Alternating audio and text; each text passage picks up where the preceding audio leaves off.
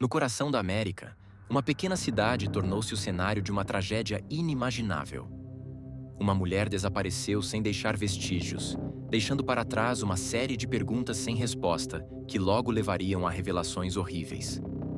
As evidências apontavam para um local remoto, onde o que foi encontrado entre as cinzas e os destroços pintava um quadro terrível demais para ser compreendido.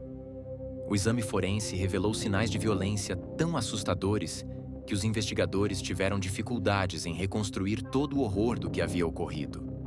À medida que a investigação avançava, questões sobre agressão sexual ou brutalidade continuavam a assombrar o caso.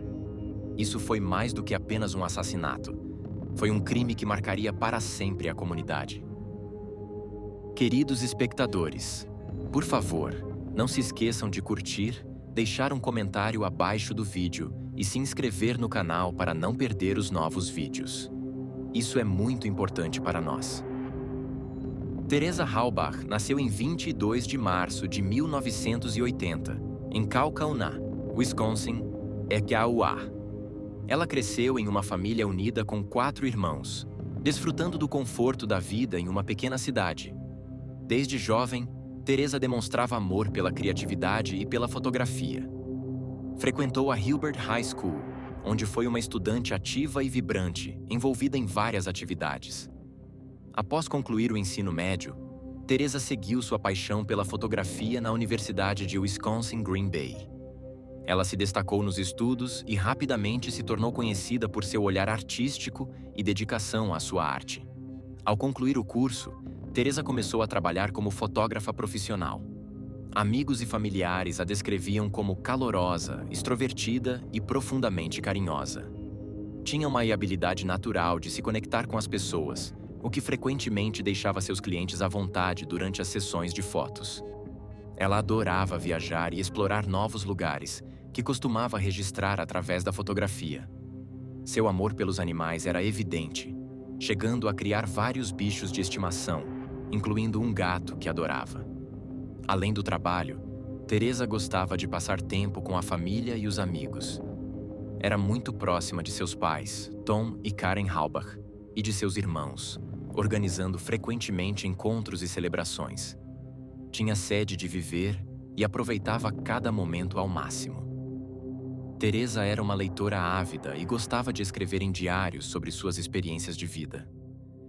Muitas vezes compartilhava seus pensamentos e sonhos em seu diário pessoal. Também se envolvia profundamente em sua comunidade e participava regularmente de eventos locais. Apesar da agenda cheia, Teresa sempre reservava tempo para estar com quem amava. Tinha uma risada contagiante e uma visão positiva da vida, que inspirava muitos ao seu redor. Sua personalidade vibrante a tornou uma figura querida em sua comunidade. Os amigos sempre comentavam sobre sua energia inesgotável e otimismo inabalável. Não importava quão estressante fosse o dia, Teresa era o tipo de pessoa que iluminava qualquer ambiente com sua presença. Sempre era a primeira a oferecer ajuda, um ouvido atento ou uma palavra de encorajamento. Teresa sempre sonhou em abrir seu próprio estúdio, um espaço onde pudesse expressar plenamente sua visão artística. Depois de juntar dinheiro suficiente para começar, decidiu dar o salto e lançar seu negócio. Infelizmente, as coisas não aconteceram tão bem quanto esperava. A renda de seu trabalho como fotógrafa era instável e ela teve dificuldades para cobrir as despesas. Eventualmente, Teresa tomou a difícil decisão de voltar a morar com os pais para economizar dinheiro. No entanto, nunca abandonou seu sonho, usando esse período desafiador como motivação para se esforçar ainda mais. Durante esse tempo, Teresa assumiu diversos trabalhos para manter o negócio de fotografia ativo. Começou a fotografar carros usados para revistas, um trabalho que exigia muitas viagens. Para apoiar seu trabalho, comprou um carro usado. Embora o serviço não fosse glamouroso, Teresa o desempenhava com profissionalismo e orgulho, acreditando que era um degrau rumo a algo maior.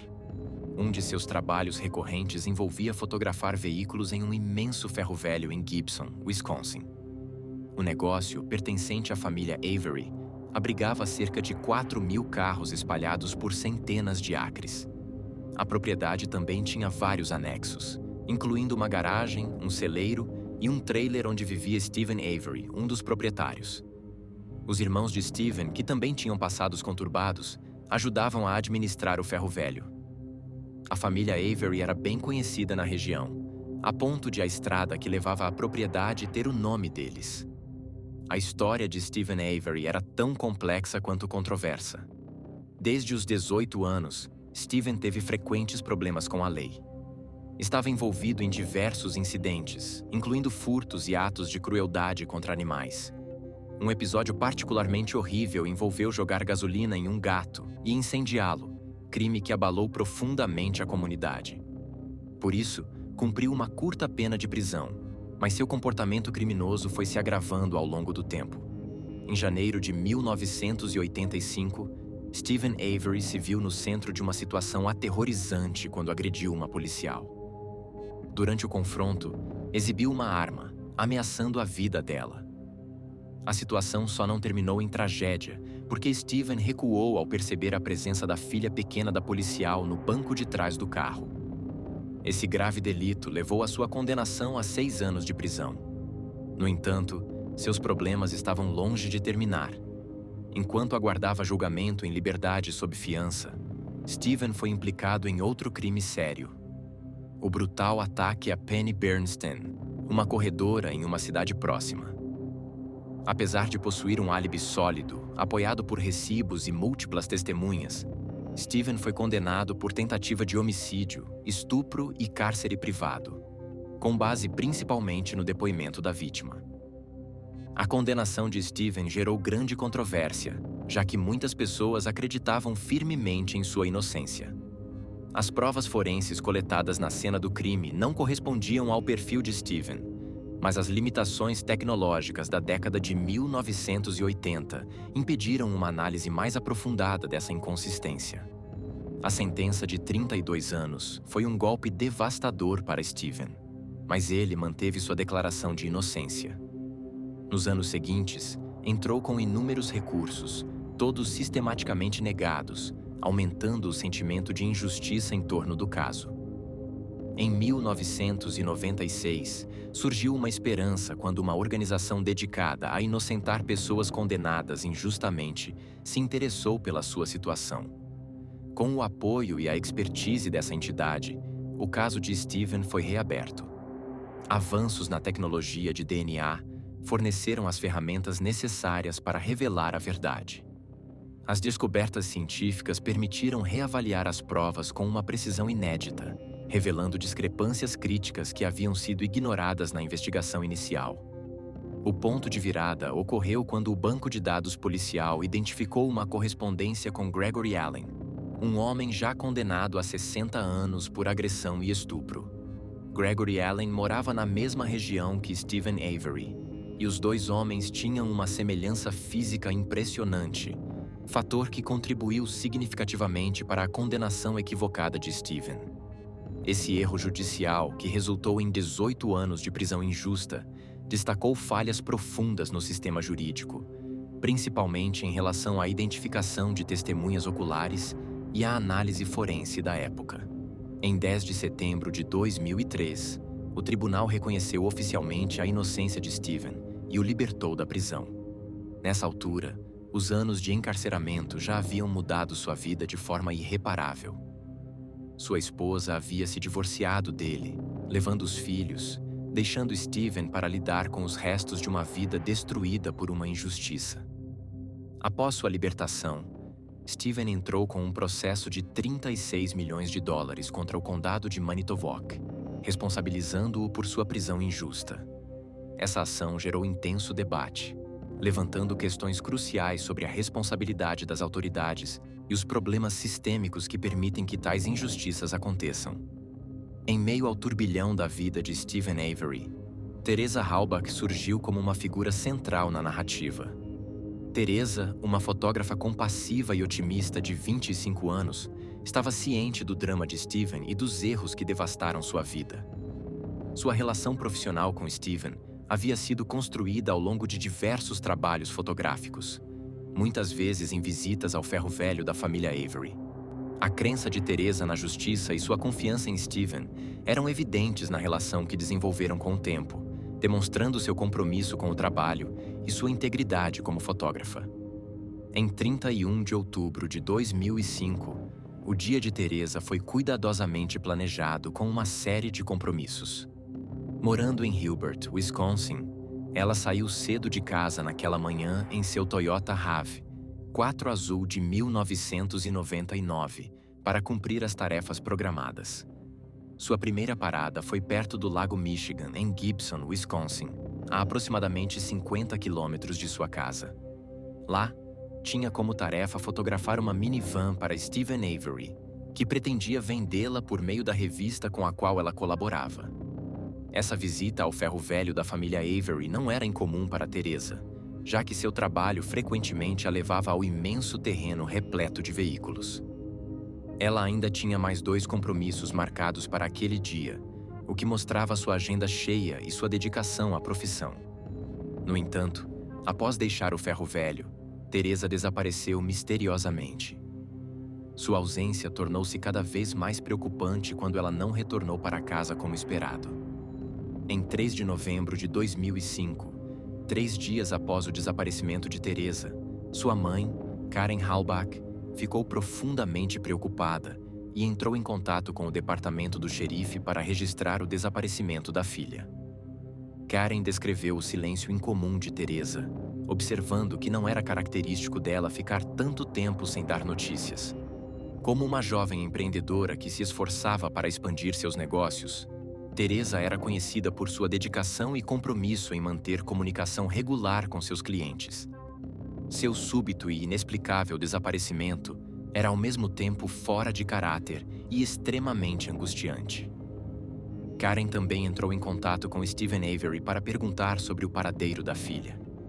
Steven afirmou não ter conhecimento de onde Teresa poderia estar.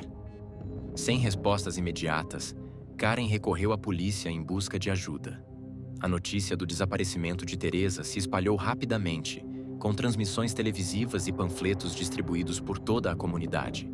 Sua família trabalhou incansavelmente para divulgar informações sobre Teresa e seu carro, uma peça fundamental de evidência que poderia potencialmente levar ao seu paradeiro.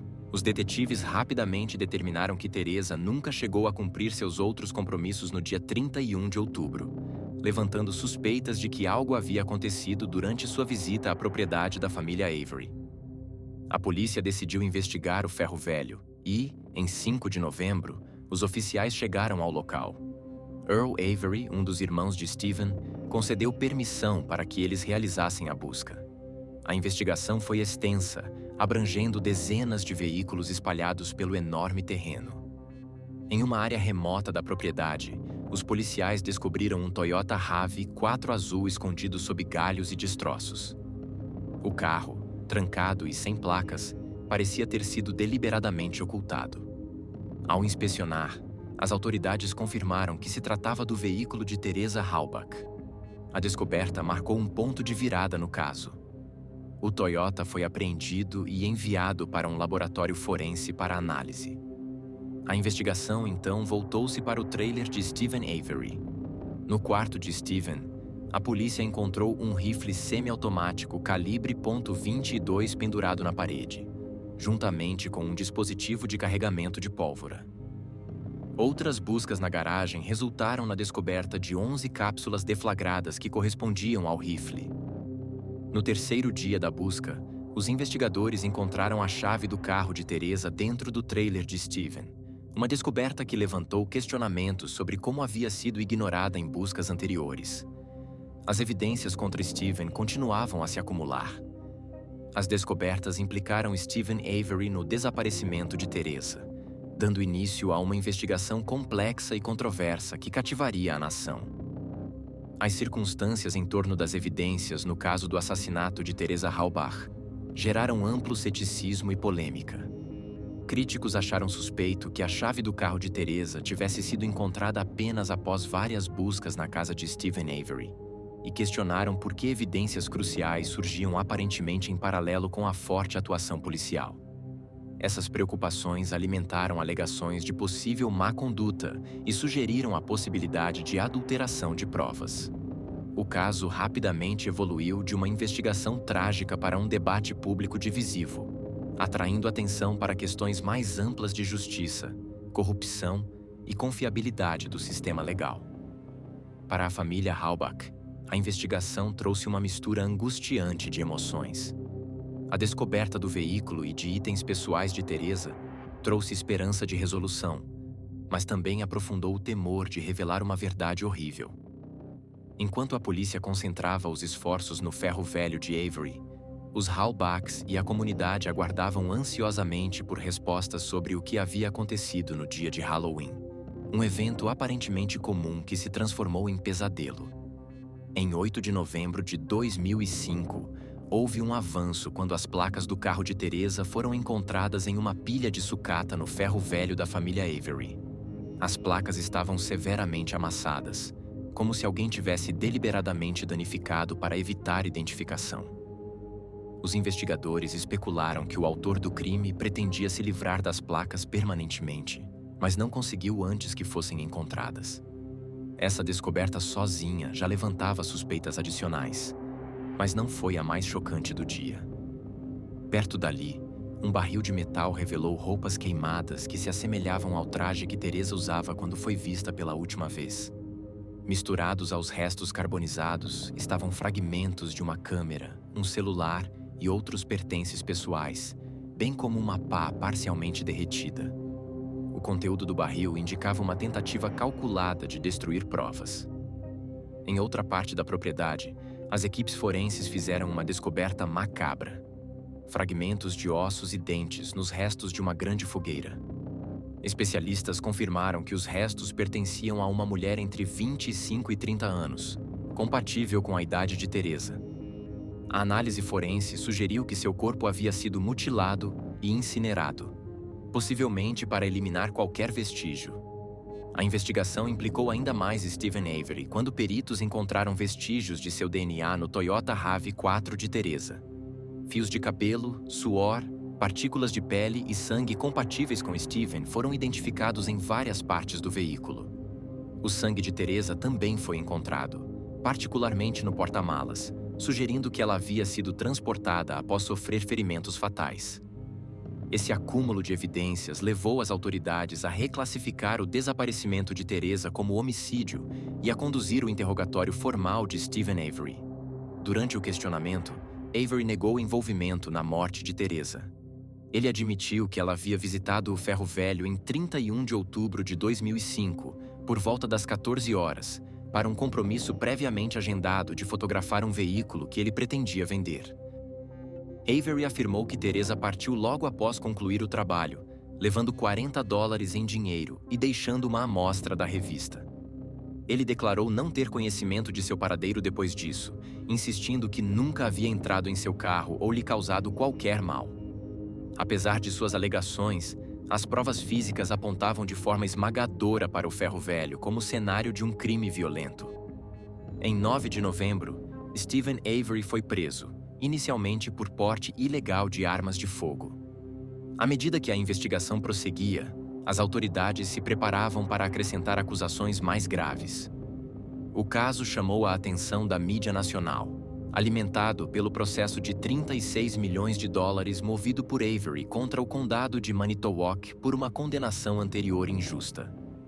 Jornalistas invadiram o ferro velho, ansiosos por descobrir cada detalhe do caso sensacional.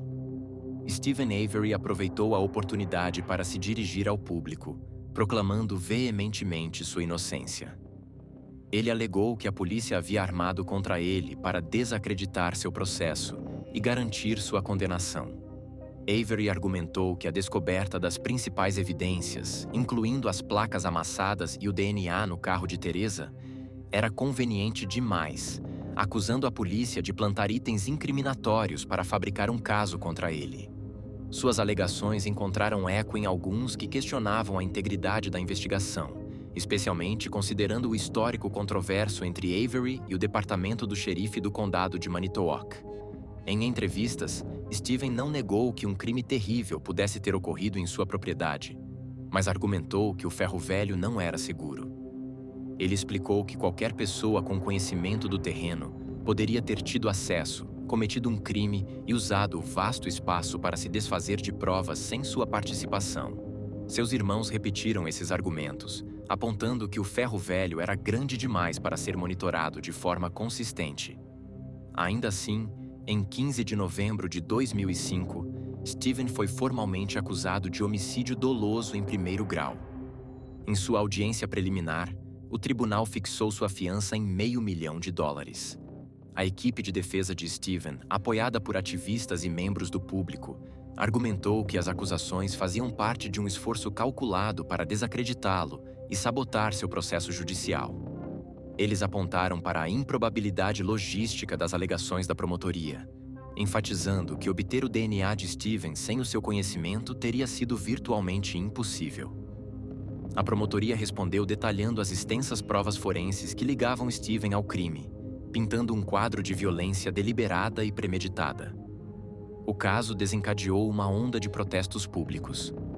O Innocence Project, que anteriormente havia defendido a absolvição de Steven, foi inundado com ligações e mensagens de apoiadores que acreditavam que ele era mais uma vez vítima de injustiça sistêmica. Para Steven Avery, as evidências crescentes e o escrutínio público o retrataram como um assassino calculista ou um homem injustamente acusado, preso em um sistema implacável.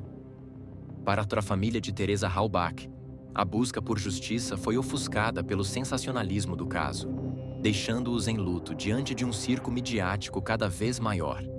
Muitos viam Steven como um símbolo da corrupção na aplicação da lei e se mobilizaram por sua libertação. Enquanto isso, os detetives avançavam, determinados a descobrir a história completa por trás da morte de Teresa.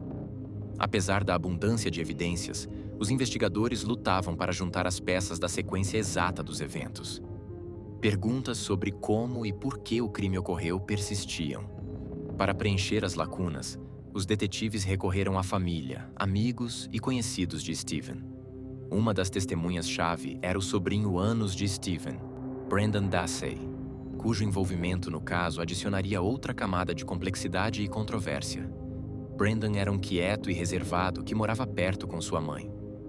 Quando os detetives o abordaram, alegaram estar buscando esclarecimentos sobre os eventos no Ferro Velho no dia do desaparecimento de Teresa. Inicialmente, Brendan negou saber qualquer coisa sobre o crime. No entanto, após horas de interrogatório sem aconselhamento jurídico ou presença dos pais, as declarações de Brendan começaram a mudar constantemente. Os detetives alegaram que Brendan havia fornecido detalhes sem importância que ligavam ele e Steven ao assassinato de Teresa, os quais eram inconsistentes e levantavam preocupações de engano. Em 27 de fevereiro de 2006, Brendan foi chamado para um novo interrogatório, pois os investigadores acreditavam que o jovem estava escondendo informações demais. De acordo com a confissão do adolescente, em 31 de outubro, ele retornou da escola por volta das 15h45. Brendan morava perto do trailer do tio e encontrou uma carta para ele ao verificar a caixa de correio. Quando o jovem se aproximou do trailer para entregar o envelope, ouviu uma voz feminina de dentro pedindo ajuda. Ao lado do trailer, havia um barril de metal em chamas. O adolescente notou que, em meio às chamas, havia um celular derretido e uma câmera. Tudo isso coberto por roupas femininas que haviam queimado quase completamente. Brendan esperou bastante tempo por uma resposta do tio. Finalmente, Steven abriu a porta para ele. O homem convidou o sobrinho para a cozinha e se ofereceu para se aproveitar da sua refém. De acordo com a confissão do jovem, Steven observou o processo. Depois disso, eles assistiram à TV por cerca de 10 a 15 minutos. O tio elogiou o menino. Em seguida, eles discutiram o assassinato e como se livrar do corpo. Tendo concordado com um plano de ação, os criminosos pegaram facas. Steven esfaqueou a vítima no estômago e ordenou que seu sobrinho cortasse sua garganta. O estudante do ensino médio obedeceu. Em seguida, eles cortaram vários fios de cabelo da falecida. O tio estrangulou a mulher com a garganta cortada na frente do sobrinho. Isso durou vários minutos.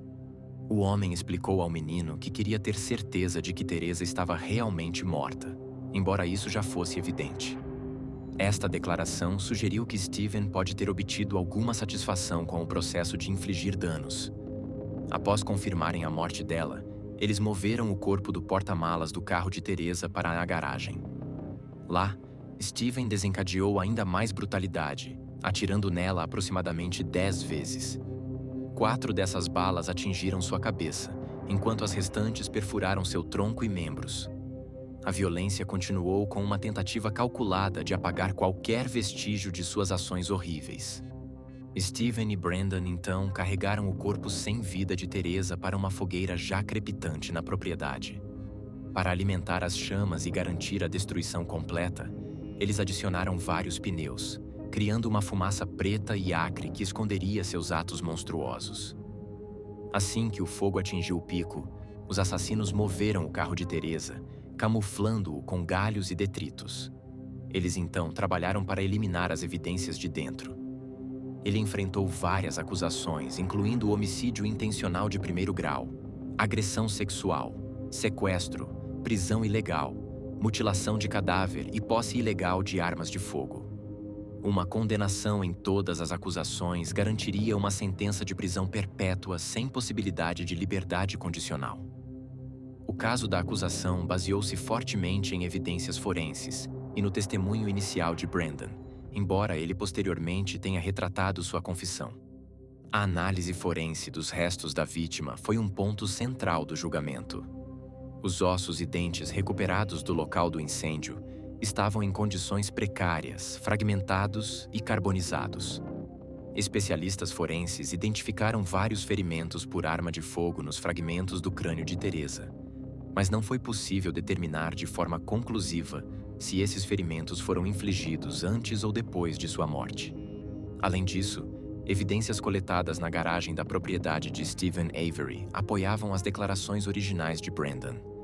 Uma bala com DNA de Teresa, vestígios de seu sangue, restos queimados de seu telefone e câmera, e suas chaves de carro foram todos encontrados durante a investigação. No entanto, a defesa apresentou uma narrativa alternativa. Alegaram que Steven Avery foi incriminado por oficiais da lei que buscavam evitar o pagamento de 36 milhões de dólares, decorrente da condenação injusta de Steven em um caso anterior de estupro. A defesa destacou evidências suspeitas, incluindo o desaparecimento de um frasco de sangue de Steven da sala de evidências em seu caso anterior, sugerindo que poderia ter sido usado para plantar manchas de sangue incriminadoras na cena do crime. Essa teoria buscava lançar dúvidas sobre a integridade da investigação, pintando-a como uma conspiração calculada contra Steven. O julgamento de Brandon começou em 16 de abril de 2007, com o jovem de 17 anos enfrentando 3 acusações principais: homicídio intencional de primeiro grau, mutilação de cadáver e agressão sexual de primeiro grau com circunstâncias agravantes.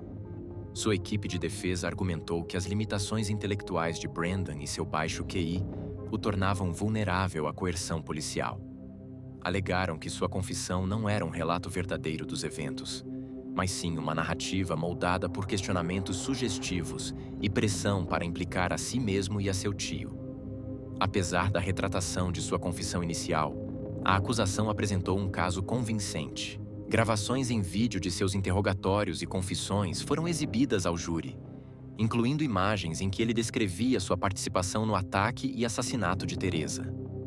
Em um clipe particularmente condenatório, Brandon afirmou que sua motivação para participar surgiu da curiosidade sobre sexo e que posteriormente se arrependeu de não ter impedido seu tio. Esse vídeo, combinado com evidências físicas e a aparente ausência de motivo de Brandon para inventar a história, reforçou o argumento da acusação. A defesa trabalhou diligentemente para desacreditar a confissão, chamando atenção para a ausência de DNA, cabelo ou sangue de Teresa nas roupas de Brandon. Alegaram que a falta de evidências físicas ligando Brandon diretamente ao crime indicava que sua confissão era pouco confiável. No entanto, a acusação contrapôs, apontando que manchas de solvente nas roupas de Brandon sugeriam que ele havia participado da limpeza de evidências na garagem. O solvente, observaram, é conhecido por destruir vestígios biológicos como sangue, o que explicava a ausência de material incriminador em sua roupa. A irmã de Brandon, Kyla, foi chamada para testemunhar. Durante entrevistas policiais anteriores, ela afirmou que Brandon havia compartilhado detalhes específicos do assassinato de Teresa com ela. No entanto, em tribunal, Kyla retratou suas declarações, criando tensão no caso da acusação. Apesar disso, a acusação manteve que a confissão inicial de Brandon era verídica. Detetives testemunharam que seu objetivo durante os interrogatórios era expor qualquer mentira de Brandon, não manipulá-lo para uma confissão falsa. Eles insistiram que a confissão foi voluntária e corroborada por evidências, apesar das alegações da defesa sobre coerção. Acrescentando outra camada de complexidade, a defesa apresentou peritos que destacaram as limitações cognitivas de Brandon, enfatizando que suas limitações intelectuais o tornavam mais propenso a concordar com figuras de autoridade ou inventar histórias para agradá-las. A defesa argumentou que o desejo de Brandon de agradar os detetives pode tê-lo levado a confessar eventos que ele não compreendia totalmente ou nos quais não participou. Os julgamentos de Steven Avery e Brendan Dassey tornaram-se foco de escrutínio público e legal, provocando debates sobre práticas policiais, confiabilidade de confissões e a possibilidade de corrupção sistêmica. O caso de Brandon, em particular, destacou os desafios enfrentados por réus com deficiência intelectual ao navegar pelo sistema de justiça criminal. As evidências em vídeo, os testemunhos conflitantes e a possibilidade de uma armação pela polícia tornaram o caso um dos mais controversos e polarizadores da memória recente. Essas gravações, combinadas com evidências físicas descobertas na propriedade de Steven Avery, forneceram uma narrativa condenatória que apoiava o caso da acusação. Brandon, no entanto, posteriormente retratou sua confissão após ser preso, aparentemente percebendo a gravidade da situação que enfrentava. A equipe de defesa de Brandon acreditava que seu testemunho poderia influenciar o júri e permitiu que ele comparecesse em tribunal. A defesa alegou que Brandon inicialmente via os interrogatórios como um jogo e não compreendia as sérias implicações de suas palavras. O próprio Brandon admitiu que não conseguia explicar por que inventou certas partes de sua confissão, sugerindo que alguns detalhes vinham de livros que havia lido. No entanto, a acusação destacou que elementos-chave de sua história se alinhavam de perto com evidências forenses encontradas na cena do crime, enfraquecendo as alegações de fabricação da defesa. Em 26 de abril de 2007, o júri deliberou por 4 horas e meia antes de chegar a um veredicto. Brandon foi considerado culpado em todas as acusações, incluindo o homicídio intencional de primeiro grau, mutilação de cadáver e agressão sexual. Ao ser anunciado o veredicto, a mãe de Brandon deixou o tribunal visivelmente abalada. Quando os repórteres a abordaram, ela se recusou a comentar. Mas mais tarde gritou de seu veículo que acreditava que a família de Teresa Halbach havia conspirado com a polícia para organizar uma armação. Enquanto isso, Steven Avery aguardava sentença em uma cadeia do condado, alojado um andar abaixo da cela de seu sobrinho Brandon. Ele supostamente temia seu sobrinho e falava abertamente sobre suas dificuldades com ansiedade, depressão e insônia em decorrência do caso. Antes ávido leitor, Brandon afirmou que não conseguia mais se concentrar o suficiente para pegar um livro. Em 2 de agosto de 2007, Brandon voltou ao tribunal para nova sentença.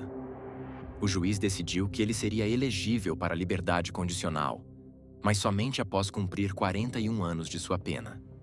Durante os argumentos finais, os promotores sustentaram que Brandon havia escolhido conscientemente participar de atos malignos. Alegaram que ele entendia a diferença entre certo e errado, mas decidiu conscientemente se juntar ao ataque e assassinato de Teresa Halbach por uma curiosidade distorcida. A família de Teresa também se dirigiu ao tribunal, expressando sua raiva e desgosto.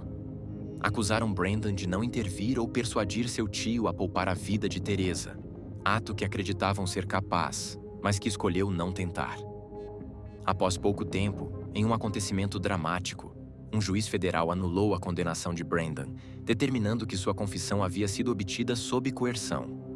O juiz citou preocupações sobre as técnicas usadas pelos investigadores durante os interrogatórios de Brandon, considerando suas limitações intelectuais. No entanto, em junho de 2017, o escritório do promotor recorreu dessa decisão. E 8 meses depois, um painel de 7 juízes de apelação votou apertadamente 4-3 para restabelecer a condenação original de Brandon. Concluíram que a polícia havia agido adequadamente durante os interrogatórios e que a confissão era válida.